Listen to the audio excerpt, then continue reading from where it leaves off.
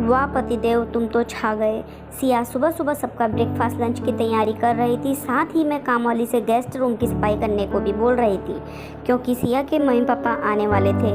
सिया के पापा को डायबिटीज़ हो गई थी और रिश्तेदारों ने सुझाव दिया था सिया का ससुराल जिस शहर में, वहाँ डायबिटीज के बहुत ही अच्छे डॉक्टर रहते हैं। रात को सिया की मम्मी का फ़ोन आया था और उन्होंने कहा था कि डॉक्टर के साथ उनकी अपॉइंटमेंट ऑनलाइन बुक हो चुकी है, पर वहाँ जाकर कुछ टेस्ट वगैरह कराने होंगे, इसलिए वह दोनों होटल लेकर 2-4 दिनों के लिए वहीं रुकेंगे।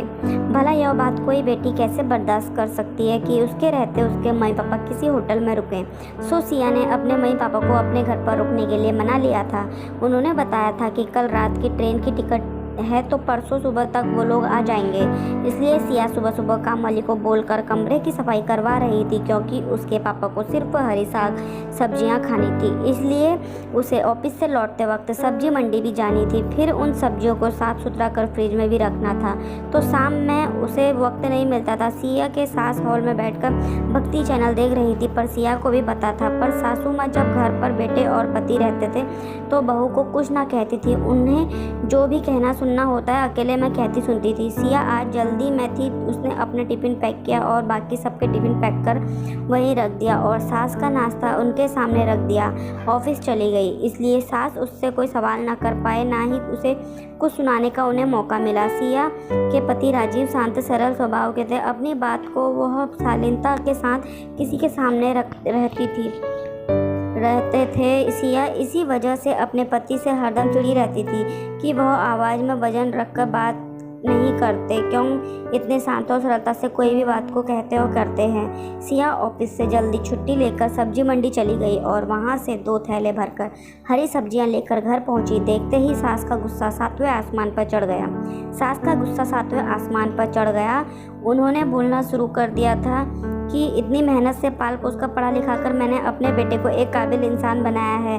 वह कितनी मेहनत से पैसे कमाता है और तुम उनके पैसों से ऐसे ही बर्बाद कर देती हो। मेहनत दोनों की याद आ रही है। सासू माँ इतना सुनाकर भी चुप कहाँ रहने वाली थी। उन्होंने कहना शुरू किया, यह घर तुम अपने साथ दहेज में लेकर नहीं आई हो। यह घर मेरे पति की कमाई से बना है, इसलिए इस घर में वही होगा जो मैं चाहूँगी। लेकिन आज ऊपर वाले ने कुछ और ही सोच रखा था। उनकी सारी बातें घर में घुसते हुए उनके बेटे ने सुन ली थी, जो अचानक से बारिश होने से मीटिंग कैंसिल होने के कारण जल्दी घर आ गए थे। शांत स्वभाव वाले राजीव ने बड़ी सरलता से कहा, माँ यह घर सिया दहेज में नहीं लाई तो इस घर की जिम्मेदारियों को भी वह दहेज में लेकर नहीं आई है।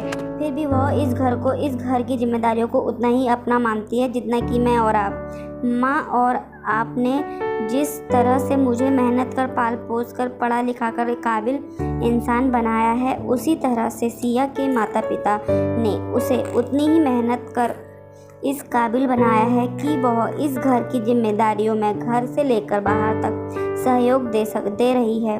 सासू माँ निशब्द खड़ी थी, पर सामने का नज़ारा देख सिया के होश उड़ गए और उसे अपनी माँ की कही एक बात याद आ गई। जब उसने राजीव के बारे में माँ को कहा था तो माँ ने कहा था कि बेटा, कुछ लोग की आवाज़ में नहीं बातों में वजन होता है। ऐसे लोग चीख चिल्लाकर नहीं, बड़ी ही शांति और शालीनता से अपने मन की बिना सामने वाले के दिल को चोट पहुंचाए रख भी देते हैं और समझा भी देते हैं। सिया के मन ही मन में कहा, वाह पतिदेव, तुम तो छा गए।